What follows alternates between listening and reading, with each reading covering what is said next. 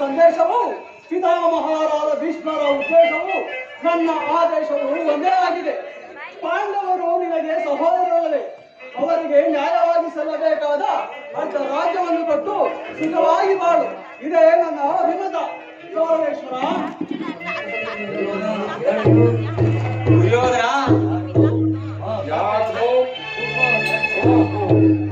ಚಿಕ್ಕಪ್ಪ, ನೀತಿವಚನ ಹೇಳುವುದರಲ್ಲಿ ನೀನು ಒಬ್ಬನೇ, ನಡೆಯಲಿ ನಿಮ್ಮ ಅರಣ್ಯ ರೋಧನೆ. ಇದೇನು ಅರಣ್ಯ ರೋಧನವೇ? ನಿನ್ನಂತವರಿಗೆ ಸದುಪೇಶ ಮಾಡಬಾರದೆಂದು ದೊಡ್ಡವರು ಹೇಳಿದ್ದಾರೆ.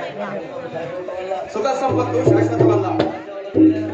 ರಾಜ್ಯವನ್ನು ನೀರೇ ಅನುಭವಿಸು.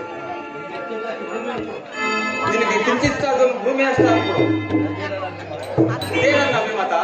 ಇದರ ಈ ನೀತಿ ವಿಚಾರವನ್ನು ಪಾಂಡವರಿಗೆ ಹೇಳಲಿಕ್ಕೆ ಕೃಷ್ಣನಾಗಲಿ ನಿನಗಾಗಲಿ ಪೂಜ್ಯ ಪಿತಾಮಹರಿಗಾಗಲಿ ನನ್ನಲ್ಲಿ ಮಾತ್ರ ದೋಷಗಳು ಕಂಡುಕೊಳ್ತಿರುವೆ.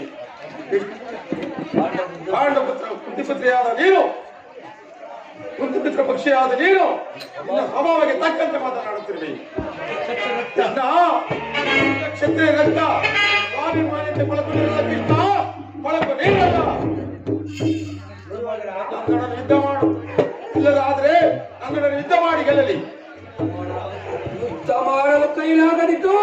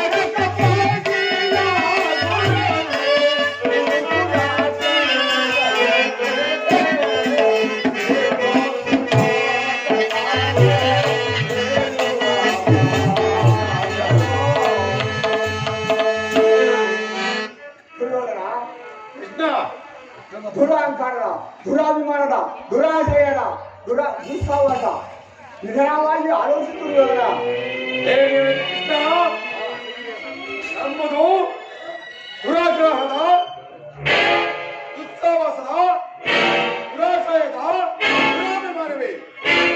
ಹಾಗಲ್ಲ ಕೇಳು ಕೃಷ್ಣ, ಈ ಗೌರವೇಶ್ವರ ಸದಯ ಬಿಡಬೇಕಂದ್ರೆ ಆ ನಿನ್ನ ಬಂಡ ಭೀಮ ಅದು ದುರಾಶಯ.